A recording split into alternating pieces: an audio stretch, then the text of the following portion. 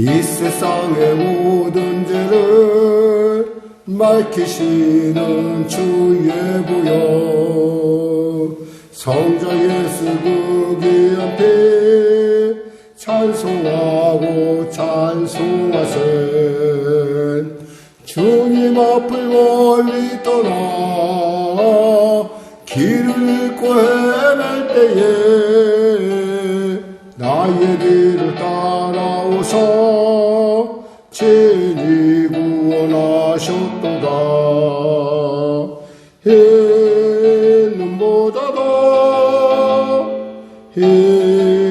눈보다도 할렐루야 주의 흘리신 보혈로 이게 씻어주옵소서. 가시관을 쓰셨으니 피로 얼굴 물드셨고 십자가의 모진 고통 나를 위해 당하셨네. 말로 형용할 수 없는 구세주의 구속하심, 그네와 크신 사랑 찬송하고 찬송하세. 흰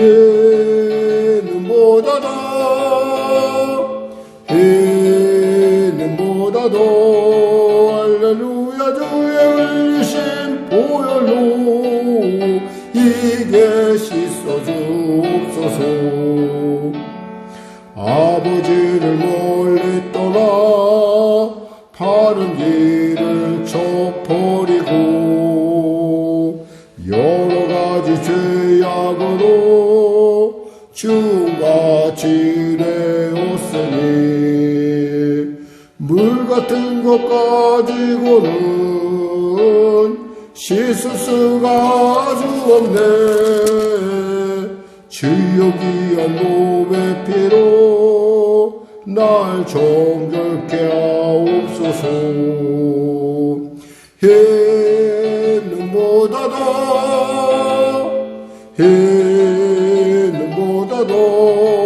할렐루야 주의 흘리신 보혈로 이게 씻어주옵소서.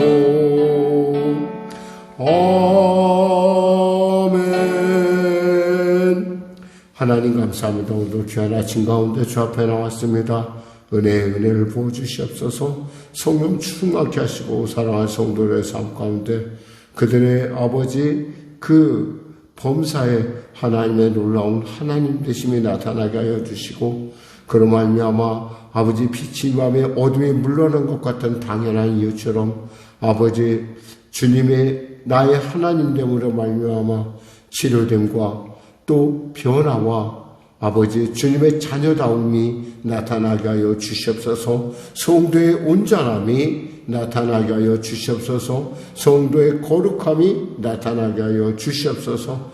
나라 민족을 불쌍히 여기시고 복음통일 평화통일케 하여 주시고 특별히 북한의 악한 정권 회개하고 주 앞에 돌아오게 하여 주시고 대통령 비롯한 위정자들이 주님이시는 지혜로 아버지 난국을 복의 국면으로 바꿀 수 있는 그런 놀라운 특별한 은혜가 임하게 하소서. 성령의 교회를 붙잡으시고 통치하시고 특별히 총동 가운데 있습니다. 성도들이 이제 각 영혼들을 놓고 간절히 구원을 놓고 기도할 때 하나님 그들의 심령 가운데 그들의 삶 가운데 그들의 신앙 가운데 하나님의 통치의 은혜가 임하여 아버지 그들이 이곳에서 정말 영원하고 참된 하나님의 그 인도함 가운데 하나님의 통치함 가운데 하나님의 사랑 가운데 거듭나는 또 예수님 만나는 역사 허락하여 주시고 우리 역시도 아버지 동방박사처럼 주 앞에 온전하게 아름다운 영혼의 예물을 통해서 하나님을 기쁘시게 하는 우리가 되게 하여 주시옵소서. 감사하며 예수님의 이름으로 기도드립니다. 아멘. 하나님은 살아계십니다. 오늘 나누실 말씀은 창세기 2장 말씀입니다. 창세기 2장 말씀 우리가 찾도록하겠습니다.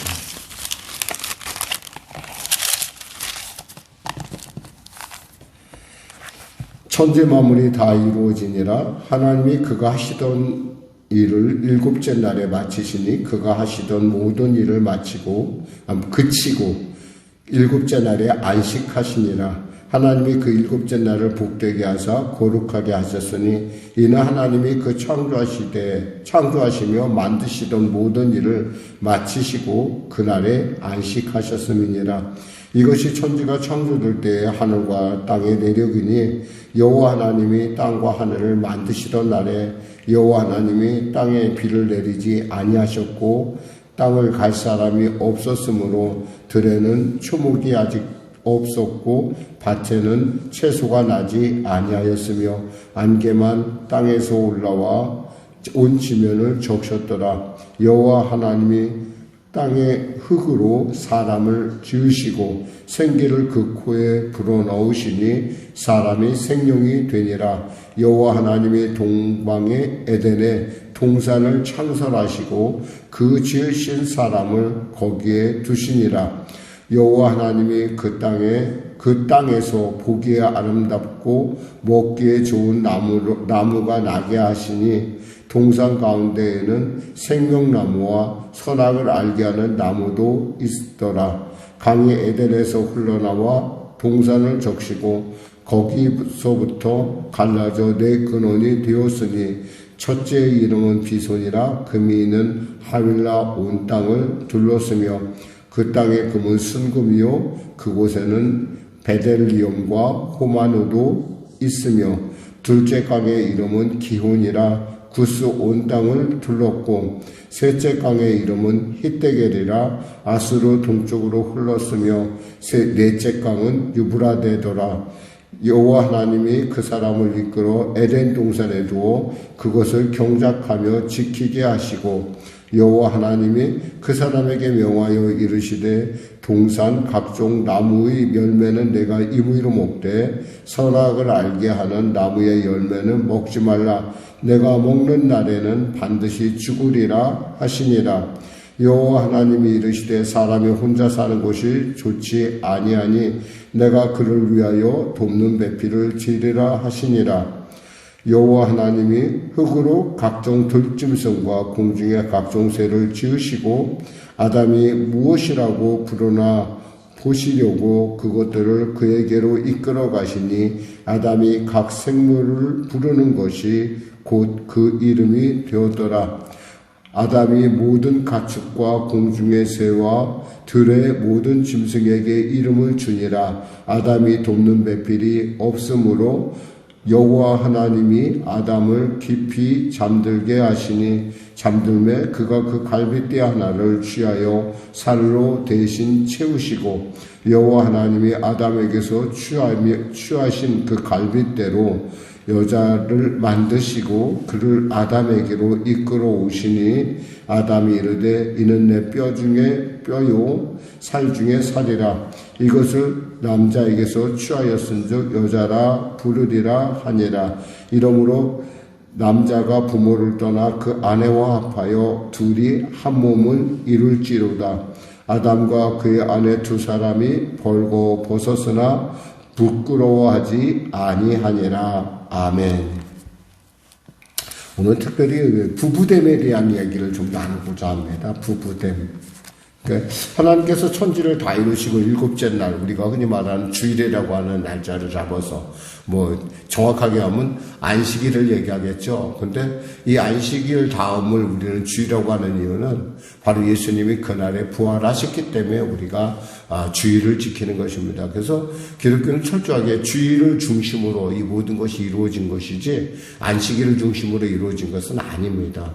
그런 의미에서 우리가 주일을 지킨다라는 의미지 여기에 여러 가지 많은 이야기들을 붙이는데 그거에 대해서 굳이 귀를 기울일 이유가 없어요. 중요한 것은 우리 예수님의 부활을 지키는 그런 그 부활을 기념하는 그리고 부활을 통해서 우리가 세워진 우리가 믿음이기 때문에 그렇습니다. 여기서 보니까 하나님께서 특별히 일곱째 날이라고 했죠. 여기서 안식이라고 하지는 않았어요. 일곱째 날, 일곱 번째 날 하나님께서 복을 주시고 또 그날의 모든 일을 마치셨다. 그러니까 우리가 일주일에 한 번씩 쉬는 것은 어쩌면 하나님께서도 쉬지 않으셔도 되죠. 하나님께서 쉬신 이유는 우리로 하여금 사람다움에 이 쉼이 필요하다라는 것을 우리에게 말씀해 주고 있습니다. 특별히 우리가 오늘 은혜 나눌 부분은 18절 이하 부분이거든요. 여호와께서 이르시되 사람이 혼자 사는 것이 좋지 아니하니 내가 그를 위하여 돕는 배필을 지으리라 그렇게 말씀하십니다. 이 돕는 배필이라 그 자체가 사람은 혼자가 그러니까 남자는 혼자로서는 좀 부족하다라는 것입니다. 그러니까 부족한 원인이 무엇일까? 여기에 보니까 갈비뼈 하나를 뺐다고 그랬어요. 그래서 우리가 보통 결혼하지 않은 남자를 가리켜 부를 때 총각이라고 그러잖아요. 이 총각이라는 말이 뭐예요? 전체 각을 다 합쳐도, 전체를 다 합쳐도 결국 뭔가 부족하다, 각이 부족하다라는 그런 뜻이에요. 남자들은 사실은 여자를 만나야지만 자기의 하나님께서 자기에게 자기 짝에 맞는 여자를 만나야 비로소 좀 사람 구실을 해요. 그런 의미에서 여자가 사실은 어쩌면서 남자보다 더 우월한 부분이 있죠. 그런데 그럼에도 불구하고 알아야 될 것은 원래 하나님께서 지으실 때 만든 이유가 돕는 배필로 만들었다는 것입니다. 그러니까 돕는 배필이라는 거예요. 그래서 우리가 여자를 볼 때 무엇보다도 정말 하나님이 선택한, 하나님이 기뻐하시는 그런 만남 가운데 우리가 만남을 가져야 우리에게 뭔가 부족한, 물론 어떤 사람이 또 얘기하더라고. 그럼 남자는 갈비뼈 안 하고 부족하면 그런 얘기가 아니라 적어도 하나님께서 첫 번째 우리가 영적인 몸에서 하나님께서 우리를 지으실 때 남자, 여자 똑같지만은 그 자녀는 똑같겠죠. 갈비뼈가. 아마 갈비뼈 없는 사람은 아담이 혼자일 거예요. 왜냐하면 DNA는 그대로 원래 있던 대로 나갈 거니까. 그러니까 그런 의미에서 중요한 것은 바로 남자가 부족한 것은 그런 처음부터 시작되었다는 거죠. 그러니까 뭔가 부족해요. 그러니까 그 당시에, 근데 하나님께서 그 부족한 것을 갖다 채우셨는데 누구냐면 바로 여자라고 지었다는 거예요. 근데 여기서 보면은 이 아담이 갖고 있는 어떤 사명의 의미를 우리가 발견할 수 있는데요. 19절에 보면 여호와 하나님이 흙으로 각종 들짐승과 공중의 각종 새를 지으시고 아담이 무엇이라 부르나 보시려고 그것들을 그에게 이끌어 가시니 아담이 각 생물을 부르는 것이 곧 그 이름이 되었더라. 그래서 그 이름을 짓는 것. 어쩌면 이름을 짓는 안에는 굉장히 중요한 의미가 이 안에 숨어져 있습니다. 이름을 짓는다는 것은 그 전체를 다 파악한다는 거예요. 우리 인간은 태어나서 무엇보다도 하나님이 우리에게 주신 것들이 얼마나 귀한 것들인지 그것을 알아야 할 필요가 있다는 거죠. 이름을 짓는다는 것은 그 이름을 짓는 순간서부터 그 모든 그 정체성은 그 이름을 따라 가게 되어 있어요. 이 얘기는 뭐냐면 그만큼 자연에 대해서 사람들은 알아야 될 뿐만 아니라 그 피조물에 대해서 하나님께서 그 지으신 그 이유를 우리가 분명히 알아야 된다는 것, 마스터해야 된다는 것이고 또 그 이름을 준 이상은 그 이름을 보존하는 일에 그래서 이 정복한다는 말 속 안에는 사실은 관리한다라는 의미가 있다는 거죠. 청직이죠. 근데 그럼에도 불구하고 인간은 뭔가 부족하다는 거예요. 그 원인이 뭐냐면 돕는 배필이 없어서 그렇다는 거예요. 그래서 여자를 구할 때 저는 무엇보다도 하나님이 당연히 택하셨지만 정말 지혜로운 여자를 구할 줄 알아야 된다는 거예요. 그러니까 지혜로워야지만 남자들을 잘 이끌어줄 수가 있어요. 리더가 아니에요. 여자가 남자의 리더가 아니라 돕는 배필이라는 걸 늘 생각을 해야 돼요. 근데 시간이 지나면 지날수록 여성분들은 자기가 훨씬 볼 때 남자보다 훨씬 낫죠, 당연히. 왜냐하면 재료도 훨씬 좋고 또 하나님께서 재료가 좋뿐만 아니라 그 좋은 재료로 만드셨으니까 남자보다 훨씬 나을 수밖에 없어요. 그런데도 불구하고 그의 직분은 뭐냐면 돕는 배필이라는 거죠. 그래서 보니까 아담이 이렇게 합니다. 이는 내 뼈 중에 뼈요 살 중에 살이라. 역시 아담은 이름을 짓는데 그 여자의 특성을 가장 잘 파악하는 그런 은사가 있어요. 여기서 보니까 이름을 딱 짓습니다. 뭐라고 하냐면 여자가 졌다는 거예요. 나에게 나왔으니까 여자다. 이런 거 보면은 사람들, 남자에게는 어떤 그런 이름을 짓고 그것에 대한 특성을 파악하는 특별한 은사가 있어요. 근데 남자는 그걸 잘 모르는 것이지 사실은 원래 하나님께서 지을 때 그런 은사가 돼. 그러면서 부부에 대한 얘기를 합니다. 이러므로 남자가 부모를 떠나 그의 아내와 합하여 둘이 한 몸은 이룰지로다 이렇게 돼 있어요. 여기서 이 부부간의 중요한 것은 뭐냐면 부모로부터 먼저 떠나는 것인데 이것은 뭐냐면 영적인 부분만 아니라 모든 인격적인 부분, 모든 부분에 있어서 부모를 떠나야 된다는 거예요. 그러니까 마마보이라든가 뭐 마마걸 이런 것은 전혀 의미가 맞질 않아요. 원래 하나님께서 그를 만들 때 그들을 그 부부 중심으로 만들었다는 거예요. 그러니까 이 부부가 이렇게 중요한 것은 이 부부가 바로 교회의 모든 인간 구성의 기초 단위이기 때문에 그렇다는 거죠. 그래서 부모를 떠나야 되고 또 두 번째 우리가 기억해야 될 것은 이 부부간에 우리가 기억해야 될 또 두 번째는 연합을 해야 된다는 거예요. 둘이 떠났을 뿐만 아니라 하나로 연합할 줄 알아야 된다는 거죠. 연합한다는 것은 육체적인 연합뿐만 아니라 인격적으로도 하나 더하기 하나는 하나가 되어야 된다는 거예요. 수학적으로는 부족하죠. 뭐 하나 더하기 하나는 둘이지 어떻게 하나냐. 근데 이 부부간의 관계라는 건 하나 더하기 하나는 하나라는 겁니다. 그러기 위해서 뭐예요? 믿음도 같아야 되고 무엇보다 사명에 대한 이름을 짓는 사명, 무엇을 연구하고 그것을 돌봐주고 그걸 잘 관리하는 그런 일에 있어서 이 남자 여자가 서로 합해야 된다는 거예요. 힘을 합해서 감당해야 되는 거예요. 그러니까 가정 자체가 갖고 있는 사명이 있다는 것이고 또 세 번째는 가정은 한 몸이 된다는 거. 아까 말씀드렸지만 1+1이 아니라 1+1은 2가 아니라 1이라는 겁니다. 인격적으로나 모든 면에서 하나가 된다는 거죠. 한 하나님, 사실 삼위일체 하나님인데 우리가 부를 때 하나님이라고 부르듯이 그렇게 연합해야 된다는 거예요. 하나로 연합하는 그럴 때 어떤 이 경제적인 문제나 뭐 자녀 문제, 가사 문제 모든 일에 있어서 하나가 돼야 돼요. 남자는 이걸 해야 되고 저것을 해야 되고 그것은 굉장히 그러니까 우리가 서로 간에 서로를 도와서 전체적인 그러니까 하나님이 그들을 부르신 이유에 대해서 거기에 집중해 나갈 때 그 가정은 행복한 가정이요 아름다운 가정이 될 수밖에 없다는 거예요. 왜냐하면 하나님이 인간을 지을 때 참 보시기에 좋았다고 했는데 이 배필이 없다는 거에 대해서 하나님께서 마음에 걸리셨다는 거예요. 이건 좀 아닌 것 같다라고 생각하신 거죠. 그리고 여기서 보니까 그럴 때 어떤 일이 나타나느냐 보니까 부끄러움이 없다고 했어요. 아담과 그 안에 두 사람이 벌거벗었으나 부끄러워하지 아니하니라 그랬어요. 부끄러움이 없다라는 거예요. 아무런 거리낌이 없이 하나가 된다라는 거예요. 성령의 하나 되게 하신 바로 그런 어떤 그런 하나 되게 하시면은 모든 것을 포함하는 그 정말 물론 성적인 문제도 그렇습니다. 특별히 남자들은 특별히 한 아내에게서 또 여자들은 한 남편에게서 이렇게 성적인 문제를 분명하고 정결하고 분명하게 하나님 만드신 대로 지켜나갈 줄 알 때 비로소 우리는 이 가정의 의미, 하나님께서 우리에게 주신 가정의 놀라운 의미를 알 수가 있다라는 것입니다. 기도하겠습니다. 하나님 감사합니다. 말씀을 전했습니다. 우리에게 필요한 것을 누구보다 잘 아시는 주님께서 우리의 부족함을 채울 배필을 허락하시고 또 그 배필을 통하여 하나님의 놀라운 일들 우리에게 주어진 사명을 감당케 하심을 감사합니다.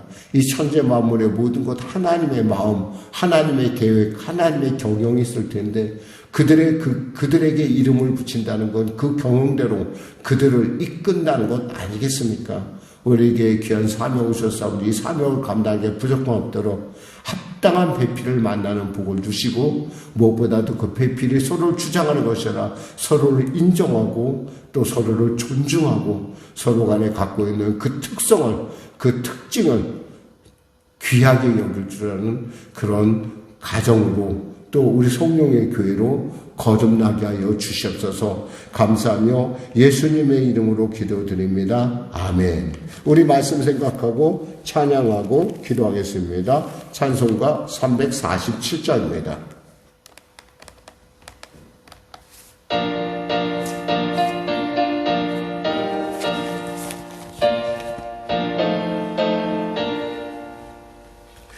허락하신 새 땅에 들어가려면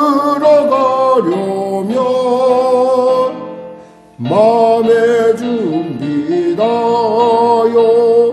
힘써 일하세. 여호수아 본받아 앞으로 가세. 우리가 알 처소는 주님 품일세. 시험 환난 당해도 낙심 말고서 맘의 걱정 버리고 힘써 일하세. 여호수아 본받아 앞으로 가세. 우리가 알 처소는 주님 품일세. 앞서 가신 예수님 바라보면서 모두 마음을 아파요 힘써 일하세. 여호수아 본받아 앞으로 가세. 우리가 알 처소는 주님 품일세. 일할 곳이 아직도 많이 있으니